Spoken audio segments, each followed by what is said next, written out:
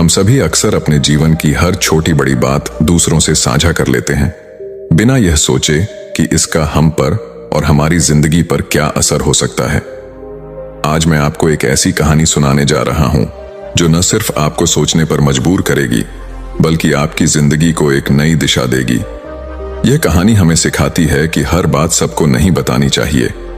यह जीवन का एक गहरा सबक है जो अगर हम समझ जाएं तो हम न सिर्फ अपने जीवन को आसान बना सकते हैं, बल्कि अपनी मानसिक शांति भी बनाए रख सकते हैं। कुछ बातें हमें अपने तक ही रखनी चाहिए, चाहे वो हमारे सपने हों, हमारी समस्याएं हों या हमारी सफलता का राज। हर किसी के साथ सब कुछ साझा करना जरूरी नहीं है। हमें समझना होगा कि दूसरों से सहानुभूति पाने के लिए अपनी कमजोरियों को उजागर करना सही नहीं है, क्योंकि इससे हमारी परेशानी हल नहीं होती बल्कि और बढ़ जाती है। कहानी को जरा ध्यान से सुनिएगा, क्योंकि यह कहानी आपकी जिंदगी बदलने वाली है। एक बार की बात है, बौद्ध आश्रम में रहने वाला एक शिष्य गुरुजी के पास आता है और गुरुजी से बोलता है, गुरुजी, अब मुझे इस आश्रम में नहीं रहना है। गुरु ने पूछा, क्यों, क्या बात है? तुम इतने परेशान क्यों लग रहे हो? शिष्य बोला, गुरुदेव, आश्रम में रहने वाले दूसरे शिष्य यह कहकर मेरा मजाक उठाते हैं कि मेरे घर में तो खाने के लिए खाना भी नहीं है। मैं बहुत गरीब हूं और मेरे पिता शराब पीकर मेरी माँ और मेरे भाई बहनों को मारते पीटते हैं। तुम्हारे घर में कितने बुरे माँ बाप रहते हैं, तुम कैसे उनके साथ रहते हो? इतना बोलकर वह जोर जोर से रोने लगा। गुरुदेव ने उसकी बात पूरे ध्यान से सुनी और फिर थोड़ी देर सोचने के बाद उसी से पूछा, तुम्हारे मित्रों को यह बात कैसे पता चली कि तुम बहुत ही गरीब हो और तुम्हारे पिता शराब पिया करते हैं? शिष्य ने कहा, असल में गुरुजी, अपने मित्रों से सहानुभूति मिलने की उम्मीद में मैंने खुद ही यह बातें उन्हें बताई थी।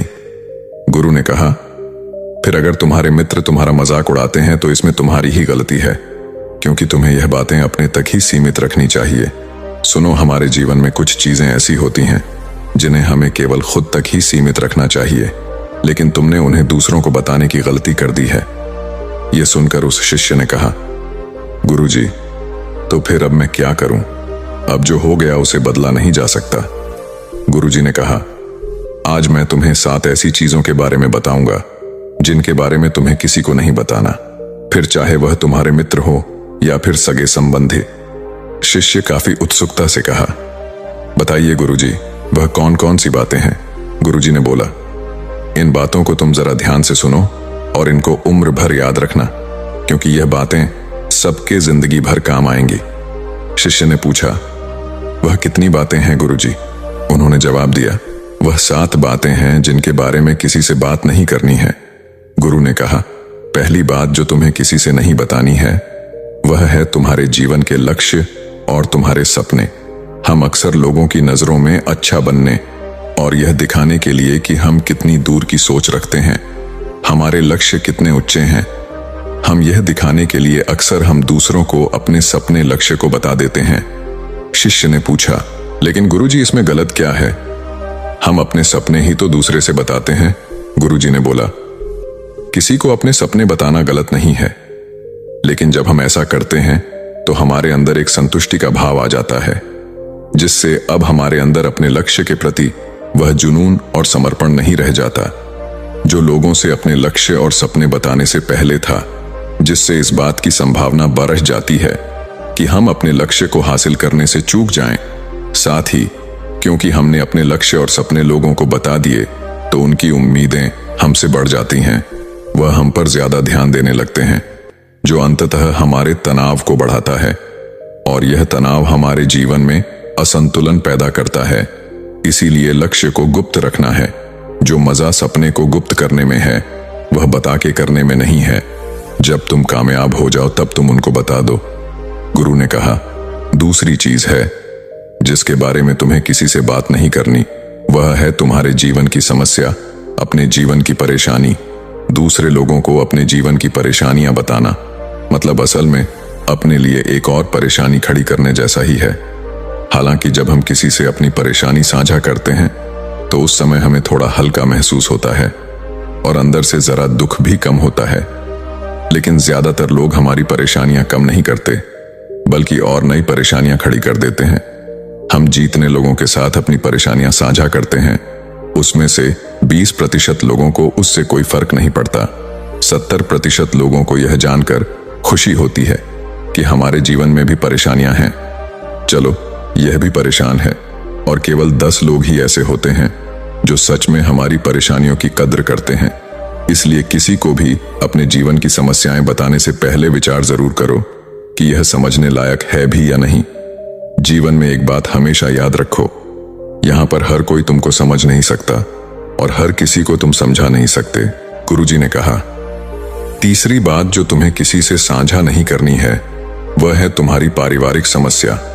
हर परिवार में अपने कुछ ना कुछ समस्या होती ही है, और हर परिवार में इंसान का अपना एक काम करने का तरीका भी होता है। चाहे आपके पारिवारिक संबंध कैसे भी हो, प्यार वाले या नफरत वाले, आपको इन संबंधों में लड़ाई कभी कभी होती है, कभी कभी तनाव भी होता है।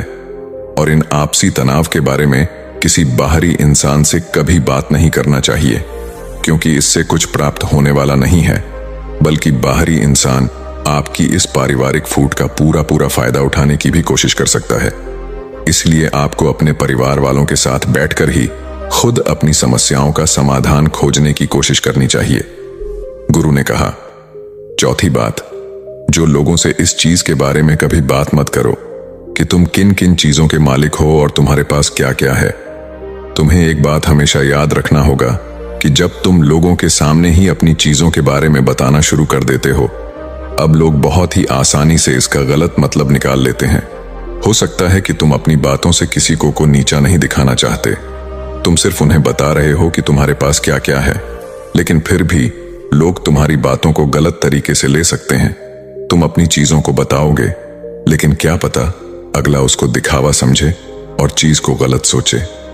अक्सर जब हम अपने बारे में बड़ी बड़ी बातें करना शुरू कर देते हैं तो इससे सामने वाले हर इंसान को अच्छा नहीं लगता।